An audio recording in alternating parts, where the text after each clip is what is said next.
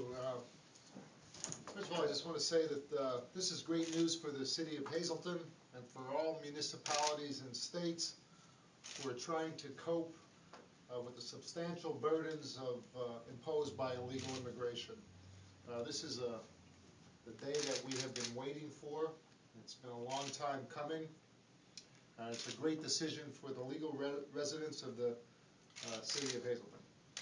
The Supreme Court basically said that the Third Circuit's court decision was incorrect, rejected that decision, and sent the case back to the Third Circuit course again. This kind of decision by the Supreme Court is very unusual. So this is a huge victory for Hazleton and other cities across the United States. Monday's ruling proves that the decision by the Third Circuit Court in Hazleton case is in direct conflict with the Supreme Court's recent upholding of the Arizona law. So the Supreme Court completely erased Judge Munley's ruling and the ruling of the Third Circuit Court in Philadelphia. With that, I'll be happy to take some questions. Congressman, you're taking this as a complete victory then? I mean, they did just send it back to the Third Circuit to reissue an opinion. I mean, is this an absolute victory? Well, they sent it back to the Third Circuit Court because the decision of the Third Circuit Court is in conflict with what the Supreme Court declared in the Arizona law. So, yes, I do believe this is very good news for Hazleton and the Hazleton ordinance. Congressman, will they have to rehear testimony again in this case? Well, it won't be testimony, but they will. We will start the case over again, not back as in the district court, but just in the Third Circuit Court with briefs, and obviously we'll represent the case from its beginning. The ACLU told us today that the first words they said was there's some premature celebrating in Hazleton, that Arizona's law was much, or Hazleton's is much broader, that we're confident when we go back to the Third Circuit Court that they'll uphold our arguments. Well, this certainly is not good news for those that support illegal immigration, and the ACLU, who is now trying to say that this is not good news. The Hazleton ordinance went one step further. The business portion is almost identical to the Arizona law. The harboring portion of the ordinance, or the landlord portion of the ordinance, basically used the same principle as the employer portion in the fact that the city of Hazleton does not determine anyone's immigration status, that only the federal government will do so. And then after that determination is made, the city of Hazleton will then regulate the business license of the landlord, which the Supreme Court's decision is very clear that it can do. Municipalities and states can regulate licenses and permits, and that's what the ordinance would do. So, you know, I disagree with the ACLU that this ordinance goes way beyond what the Supreme Court has determined. Congressman, what option would the Third Circuit Court have? If the business part was upheld for Arizona, would they now have the option of just striking down the landlord portion and maintaining that, or what choices would they have? You know, I believe they would have the same options that they originally had, and that is one, they could theoretically, I believe, send it back to the district court, which you know, I believe would be unlikely that they would do. And they can, as you said, say part of the ordinance they agree with, and part that they do not.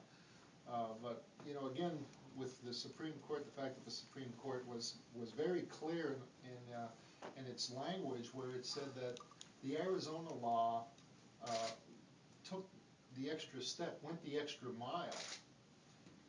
And that same language is in the Hazleton ordinance, and by the extra mile, they were referring to the fact that they made it very clear that the federal government will determine the immigration status and not the municipality. So that unlike those that the critics that were opposing the Hazleton law, there wasn't any city employee ever going to make that determination. The language was very clear to make sure that someone would not be discriminated against because of the color of their skin or the language that they speak, and that only after the federal government has determined that someone is here illegally, we were going to suspend the license, whether it be the landlord or the business. So the landlord portion is, as I said, much like the employer portion, in that we felt the window of opportunity in the city of Hazleton had was in regulating licenses and permitting.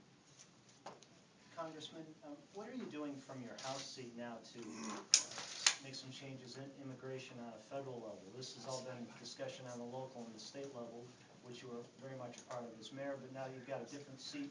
What advantages does that give to you in this issue, and how are you trying to use those advantages? Well, as the chairman of the 112th Immigration and Reform Caucus, I am going to be in a position to bring forth many ideas and possible bills and laws and how the federal government can deal with the problem of illegal immigration. I've already begun by introducing my first bill, and that was the Mask Act.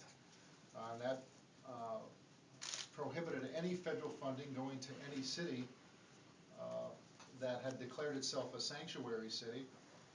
I am also have sent a letter to the director of ICE in the Beaver Meadow case, which I will be in a position also to bring these issues to the forefront on a national scene. And that is the case where an illegal immigrant just a few weeks ago was stopped by Beaver Meadows police chief, found that the man was here illegally, living in Hazleton, did not have a job, did not know his address, had $3,000 cash in his pocket and 2 public benefit access cards. This is at a time when Washington is trying to cut out fraud, waste, and abuse. And here, we have a federal agency, and ICE told the officer to let him go.